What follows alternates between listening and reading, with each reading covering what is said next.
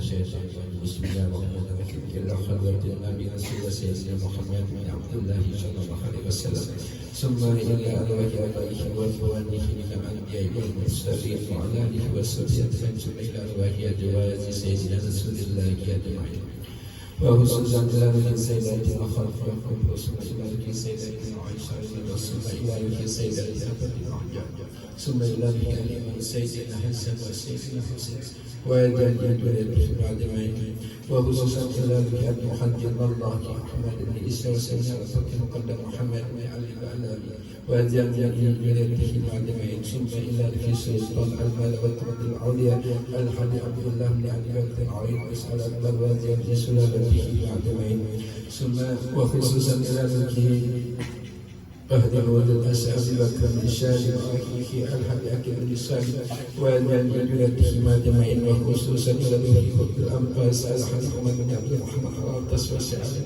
الأحبار وأيضا سلالته بعد ما وخصوصا إلى الملك السعد والدوس أجب البلد الحاج عبد الله بن علي الحدث وأيضا سلالته بعد ما وخصوصا إلى الإمام الوالي وقد المال الحاج علي بن محمد بن حسين الحبسي والعبد الأحمد الذين على مسوى جميع بلادهم وسلالتهم معتمين وخصوصا إلى سلطان أولياء الوالي وقطب الرباني السيد الشيخ القدير الزيلاني وخصوصا إلى قطب الأقوال السيد الشيخ محمد بن عبد الكريم السمان الحساسي المدني ثم إلى عبد الغني الإمامي ثم إلى السيد محمد حسن عبد الرسول وأزواجه مع جميع وخصوصا إلى ذكي العلم الله العليم العلامة مولانا السيد محمد أقصى بن عبد الله البنجاري كلام بين ثم إلى ذكي أسس لأن العلم الإمام الصمد البنجاري ثم إلى ذكي مولانا السيد محمد قصب أنوار الحج إسماعيل البنجاري ثم إلى ذكي فرنيا وأبصارنا بالحجاب جنبان ثم إلى ذكي أسس شرعنا لكم في الملايين ثم إلى ذكي أسس ثم الحج موليا ثم إلى ذكي أسس وخصوصا إلى ذكر الله العليم على العلماء مولانا الشيخ محمد جميل عبد القادس كوبر وجميع بيده بعد ما ثم إلى ذكر والدنا وعبد المسلمين أجمعين سيدنا وعلينا بشر الفاتحة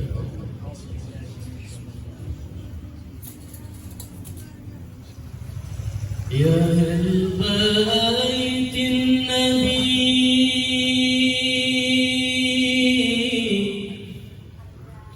يا أهل الصفا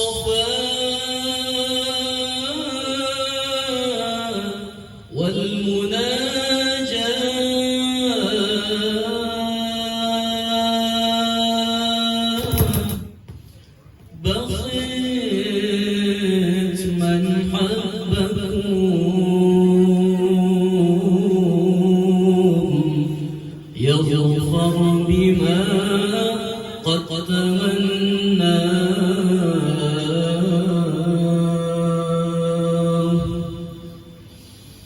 يا أهل بيت النبي يا ابن الصفا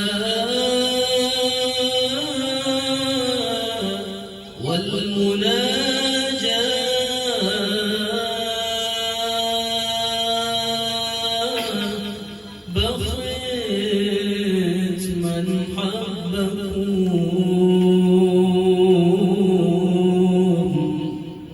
يظفر بما قد تمنى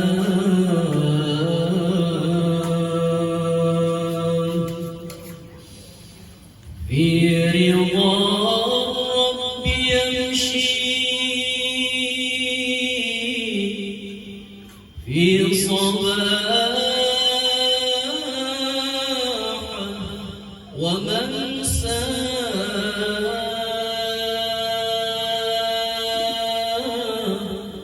با يحصل المطالب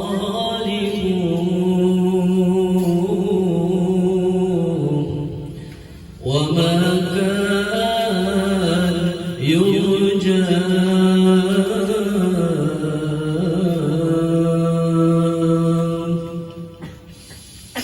كل من حبه يمنى يمنى يمنى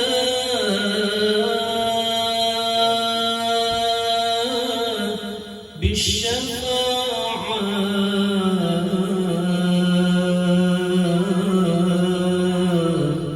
من المختار في يوم القيامة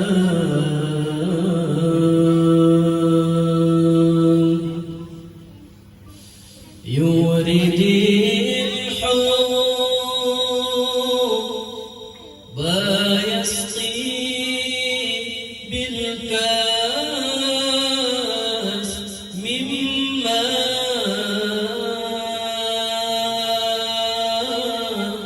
حب صافي مصفى دائم الوطيف محلى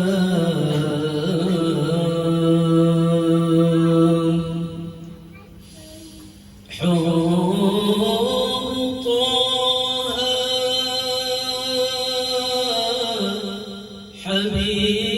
حبيب الأدب والله من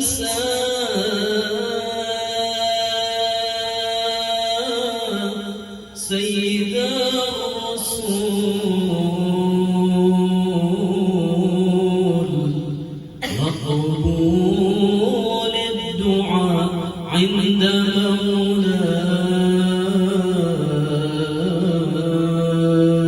مولاه ما خلق ربنا ذا الكون لولا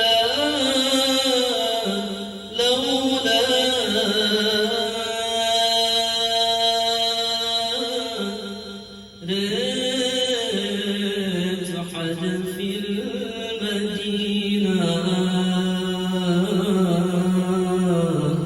يعتكف في مصلى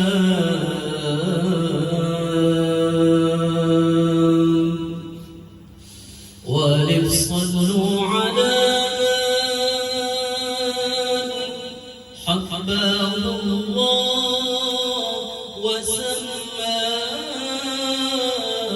وسمى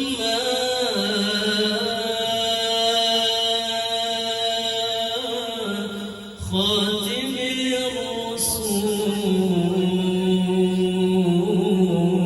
الرسول من علمه علما وأسمى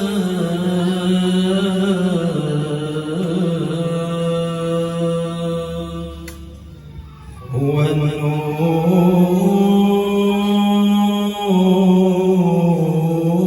النور يهدي الحائرين ضياءه هو النور يهدي الحائرين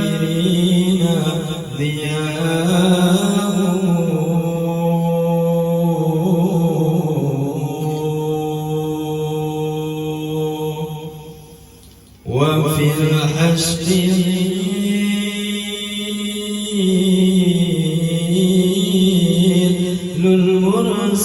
للمرسلين لواء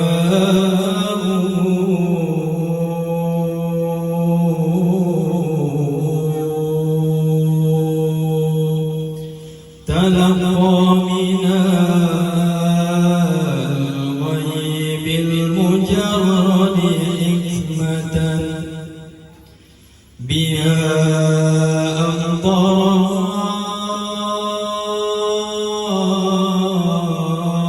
أمطرت في الخافقين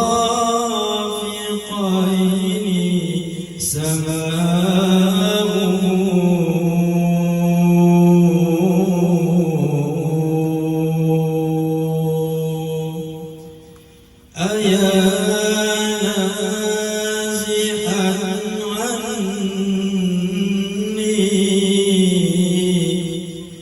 ومسكنه الحشاء أيا زحا عني ومسكنه الحشاء أجب من ملا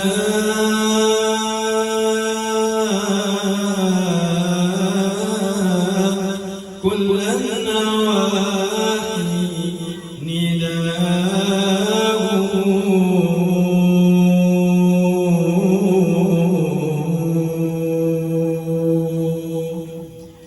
أجب من تولاه الهوى فيك وامضي في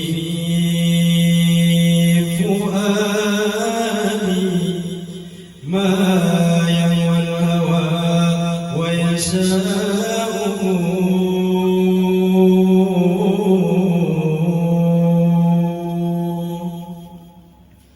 مرضت فكان الذكر برها لعلتي فيا حبنا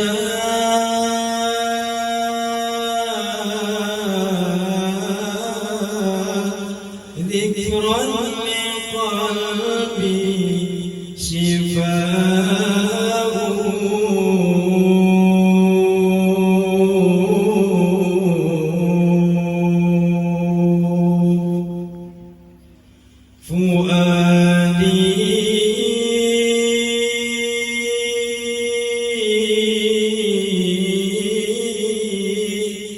بخير المرسلين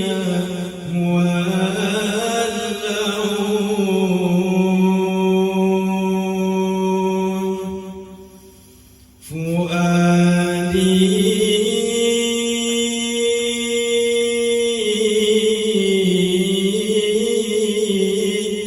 بخير المرسلين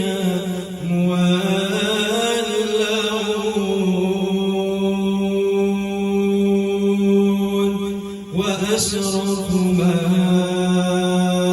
يحلو لسمعي ثناؤه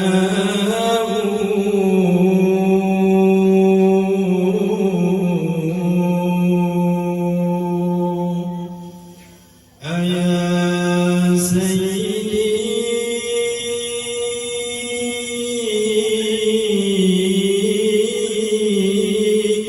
قلبي بحبك بائح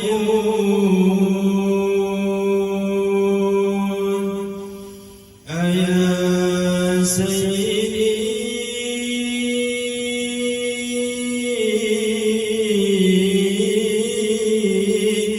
قلبي بحبك بائح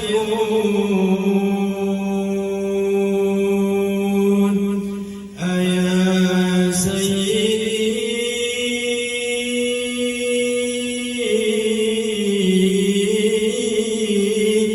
قلبي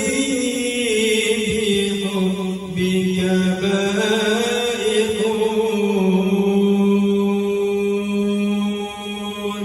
وطرفي يبان الدمع تجري دماؤه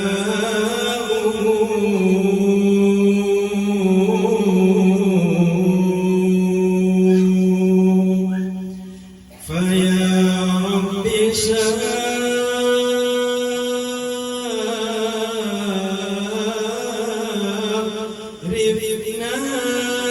برؤية سيدنا فيا رب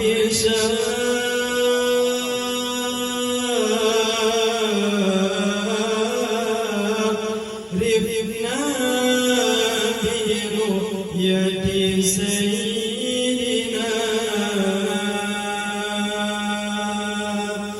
فيا رب شرفنا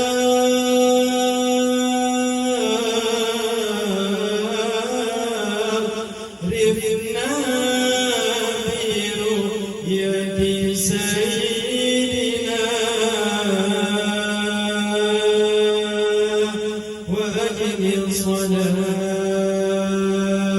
قلبي الكثير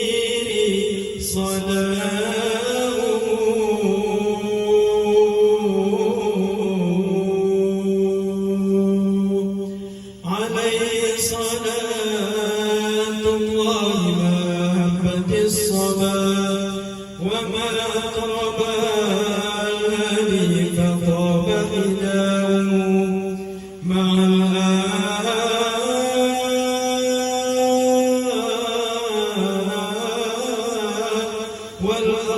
والأصحاب ما قال منشدون هو النور يحيي الحائرين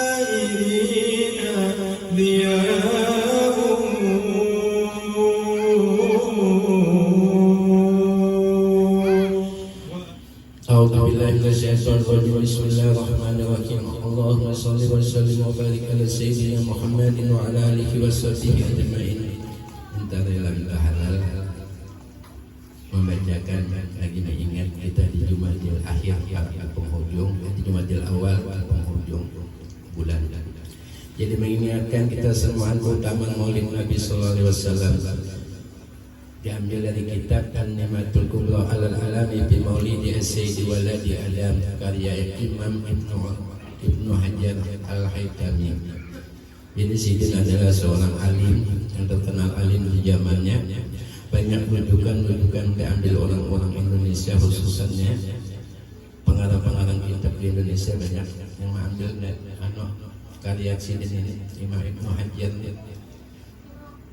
sama lawan Imam Ramli sama jadi sajaman. Yang pertama ujar Sidin, yang satu menjadi sahabat Sayyidina Abu Bakar di surga. Sayyidina Abu Bakar radhiyallahu berkata, barang siapa membelanjakan 1 dirham uang perak untuk mengadakan pembacaan Maulid Nabi Muhammad SAW, maka ia akan menjadi temanku di surga.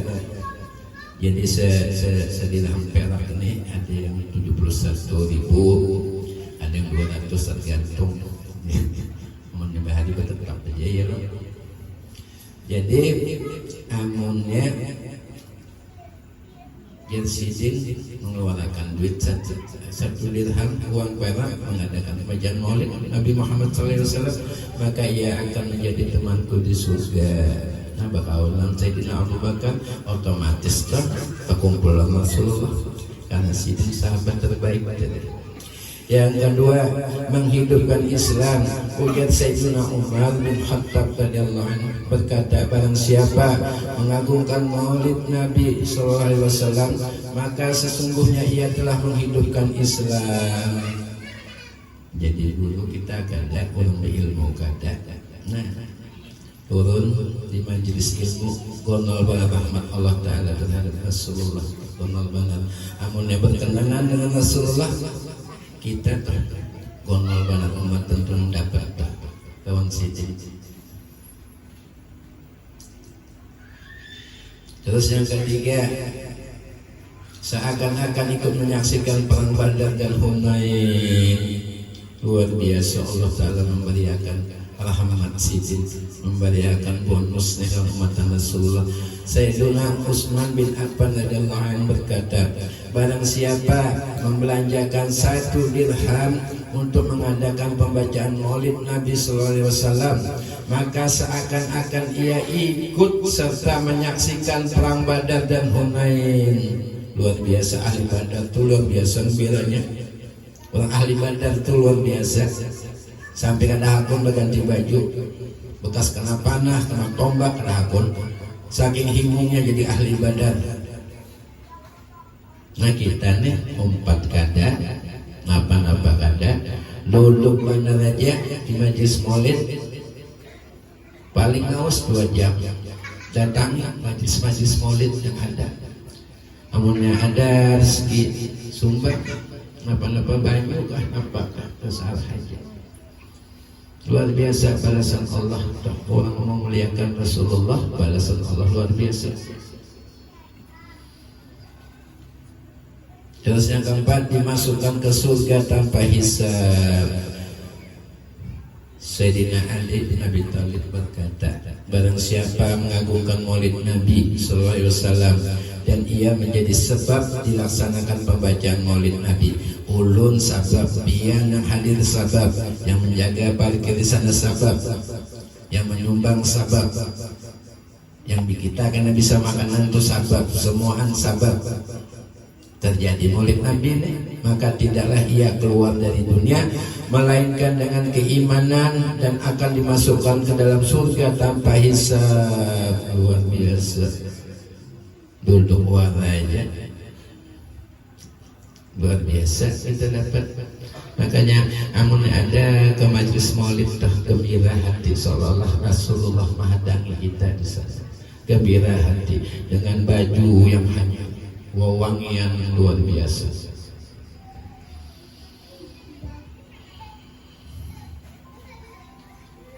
Lebih baik, yang kelima, lebih baik daripada memiliki gunung emas.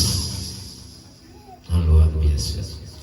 Ujar Imam Hasan Basri berkata, sidin ahli tasawuf ma'rifat, banyak ulama sufi yang merujuk dalam buku-buku sidin ini. Aku senang sekali seandainya aku Yazid memiliki emas sebesar gunung Uhud, maka aku akan membelanjakan untuk kepentingan memperingati maulid Nabi sallallahu alaihi wasallam. Saking keutamaannya Tuhan gonol berat tentang Rasulullahnya, Allah Ta'ala pasti ridho. Waktu zaman sahabat darah mencucur di belakang Nabi, ada yang berbekam riwayat, ada yang sidik luka, dikinum sahabat, darahnya buang, nyuruh membuang, dikinum sahabat. Mana darah tadi ya Rasul sudah ulungin. Nah, kuharamkan anu diharapkan Allah isin api neraka karena ada darahku di situ. Padahal sih tidak menganjurkan kada, tapi sudah terjadi. Apalagi kita dengan membaca maulid Nabi. Riwayat Siddiq menceritakan dari awal orang yang sangat agung dan mulia, ciptaan Allah yang luar biasa, sampai Allah kesana kemari hawarakan luar biasa. Yang keenam, memperoleh kebahagiaan dengan penuh iman. Imam Junaid Al-Baghdadi berkata, barang siapa menghadiri peringatan maulid Nabi dan mengagungkan derajat beliau, maka sesungguhnya ia akan memperoleh kebahagiaan dengan penuh iman. Luar biasa, kebahagiaan dengan penuh iman. Dikuatakan Allah Ta'ala, iman sakitkah, nyamankah, bahagia, terus itu yang ia tak, yang ia itu bahagia lawan iman. Yang ketujuh, dikumpulkan bersama golongan pertama dari kalangan para nabi. Imam Ma'ruf Al-Karki berkata, barang siapa menyediakan makanan untuk memperingati pembacaan maulid Nabi SAW, mengumpulkan saudara-saudaranya, menyalakan lampu, memakai pakaian yang baru, memasang harum-haruman dan memakai wangi-wangian karena mengagungkan kelahiran Nabi SAW, niscaya Allah akan mengumpulkannya pada hari kiamat bersama golongan orang-orang yang pertama di kalangan para nabi. Subhanallah. Dan dia akan ditempatkan di surga yang paling atas. Luar biasa maulid Nabi, luar biasa. Banyak wali-wali di zaman pertengahan sampai zaman wahai ini itu diangkat derajat sidik berkat maulid Nabi. Yang ke-8, mendapat banyak berkah dan diampuni dari dosa. Ujar Imam Fakhruddin Ar-Razi berkata, tidaklah seseorang yang membaca maulid Nabi SAW ke atas garam, usul garam dikuyah, atau gandum atau makanan yang lain, melainkan akan nampak keberkatan padanya, dan setiap sesuatu yang sampai kepadanya dimasuki dari makanan tersebut maka akan berguncang dan tidak akan tetap, sehingga Allah akan mengampuni orang yang memakannya. Dan sekiranya dibacakan maulid Nabi ke atas air, Makanya banyak bahan tuh orang baca maulid. Maka orang yang meminum seteguk dari air tersebut akan masuk ke dalam hatinya 1000 cahaya dan rahmat, akan keluar daripadanya 1000 sifat dengki dan penyakit, dan tidak akan mati hati tersebut pada hari dimatikannya hati. Dan barang siapa yang membaca maulid Nabi pada suatu dirham yang ditempa dengan perak atau emas, dicampurkan dirham tersebut dengan yang lainnya, maka akan jatuh ke atas dirham tersebut keberkahan, dan pemiliknya tidak akan fakir, tidak akan kosong tangannya dengan keberkahan Nabi Muhammad SAW. Dia orang bahagia, pipikat kan? Nah, dia didatangnya di maulid Nabi. Salah aja dari ganggamnya kah, dari dudukinya kah.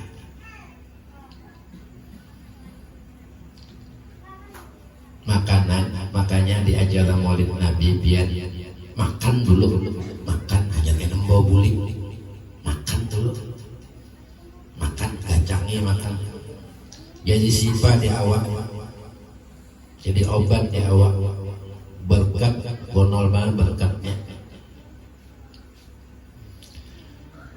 9 dikumpulkan bersama syuhada dan kaum salihin. Ujar Imam Syafi'i berkata, barang siapa mengumpulkan saudara-saudaranya untuk mengadakan maulid Nabi SAW, kemudian menyediakan makanan dan tempat serta melakukan kebaikan untuk mereka, dan dia menjadi sebab atas dibacakan maulid Nabi SAW tersebut, maka Allah akan membangkitkan dia bersama-sama golongan siddiqin, orang yang benar, syuhada, orang yang mati syahid, salihin, orang-orang yang soleh, dan dia akan dimasukkan ke dalam surga naim.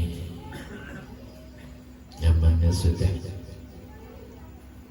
duduk pada raja. Subhanallah, rahmat Allah. Mudah-mudahanlah kita dari berapa buting ini ada yang sangkut, kita menakawat tuh semua sangkut. Yang 10 sampai yang berapa 11. Ujar Imam Syiri As-Sakati berkata, pamannya daripada Imam Junaidi Al-Baghdadi, wali Syiri As-Sakati kan artinya tuh orang yang kata keluar rumah kecuali beribadah, sembahyang ke masjid, kalau sembahyang Jumat itu aja keluar rumah, yang lainnya ada. Nah itu kenal sini Ali luar biasa. Ujar Sidin, barang siapa pergi ke suatu tempat dibacakan di dalamnya maulid Nabi SAW, kayak kita malam hari ini, maka sesungguhnya ia telah pergi ke sebuah taman dari taman surga. Karena tidaklah ia menuju ke tempat-tempat tersebut melainkan karena cintanya kepada Nabi Muhammad SAW. Sesungguhnya Rasulullah SAW bersabda, barang siapa mencintaiku, maka ia akan bersamaku di dalam surga. Makanya menghadiri maulid ini bertanam cinta. Tadi ke arah hati turun, harus datang mengantuk, teguring, kena ada orang makanan jam 4 makan, esok separuh main. Karena mengantuk lagi, esok full, lalu ditanamkan Allah cinta kata kawan-kawan, kata kawan diusahakan. Kalau kawan dia apa harasan mencintai Rasulullah, ada pertolongan Allah Ta'ala dengan apa? Hadir terus di majelis maulid, insya Allah ditolongi Allah Ta'ala untuk mencintai, ditanamkan cinta. Makanya hendak terdapat Rasulullah. Nah, hendak terdapat Rasulullah jadian sidin ikan cinta kah? Cintalah lawan aku, lawan rindulah lawan aku. Nah, biar ilmu kita berbacaan. Karena dia ditanamkan cinta lawan rindu itu ada terdapat untung. Yang ke-11 yang terakhir, didoakan malaikat dan dijauhkan dari bala. Ujar Imam Jalaluddin As-Sayyuti berkata, tidak ada rumah atau masjid atau tempat yang di dalamnya dibacakan maulid Nabi SAW, melainkan malaikat akan mengelilingi rumah atau masjid atau tempat itu. Mereka akan memintakan ampunan untuk penghuni tempat itu, dan Allah akan melimpahkan rahmat dan keridhaannya kepada mereka. Adapun para malaikat yang dikelilingi dan cahaya dan malaikat Jibril, Mikail, Israfil, Israil alaihissalam. Karena sesungguhnya mereka memintakan ampun pada Allah untuk mereka yang menjadi sebab dibacakan pembacaan maulid Nabi SAW. Dan dia berkata pula, tidak ada seorang muslim pun yang dibacakan di dalam rumahnya pembacaan maulid Nabi SAW, melainkan Allah menghilangkan kelaparan, wabah, penyakit, kebakaran, tenggelam, bencana, malapetaka, kebencian, kedengkian, keburukan makhluk, dan pencuri dari penghuni rumah itu. Dan apabila ia meninggal, maka Allah akan memudahkan jawabannya dari pertanyaan malaikat Munkar dan Nakir, dan ia akan berada di tempat duduknya yang benar di sisi penguasa yang berkuasa.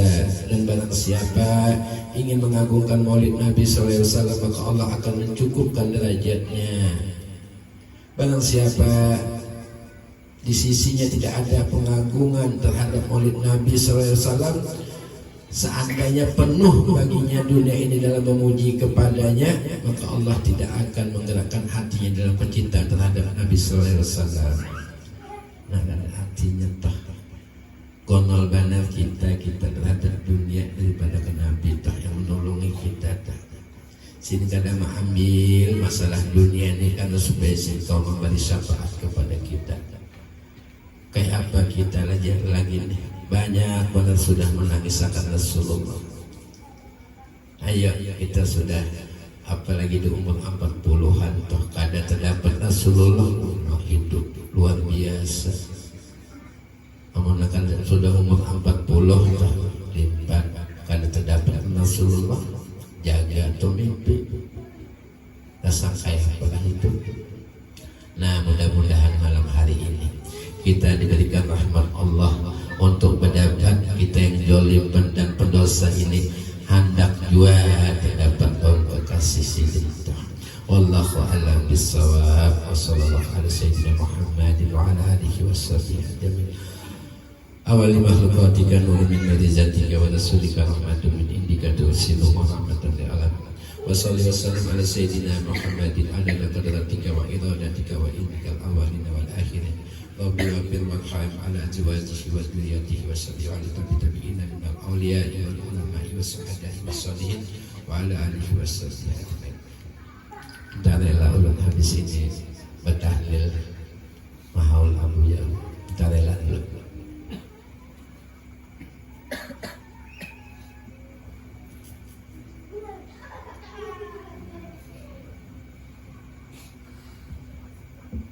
Bismillahirrahmanirrahim. Allahu akbar, Allahu samad, lam yalid wa lam yulad wa lam yakul lahu kufuwan ahad. Bismillahirrahmanirrahim. Allahu akbar, Allahu samad, lam yalid wa lam yulad wa lam yakul lahu kufuwan ahad. Bismillahirrahmanirrahim. Allahu akbar, Allahu samad, lam yalid wa lam yulad wa lam yakul lahu kufuwan ahad. La ilaha illallah. Bismillahirrahmanirrahim. Qul a'udzu birabbil falaq min syarri ma khalaq wa min syarri ghasiqin idza waqab wa min syarri naffadhati fil 'uqad wa min syarri hasidin idza hasad. La ilaha illallah. Bismillahirrahmanirrahim. Qul a'udzu birabbin nas malikin nas ilahin nas min syarri waswasil khannas الذي يوسوس في صدور الناس من الجنة والناس. لا إله إلا الله. الله أكبر. بسم الله الرحمن الرحيم. الحمد لله رب العالمين الرحمن الرحيم مالك يوم الدين. إياك نعبد وإياك نستعين. اهدنا الصراط المستقيم صراط الذين أنعمت عليهم غير المغضوب عليهم ولا الضالين.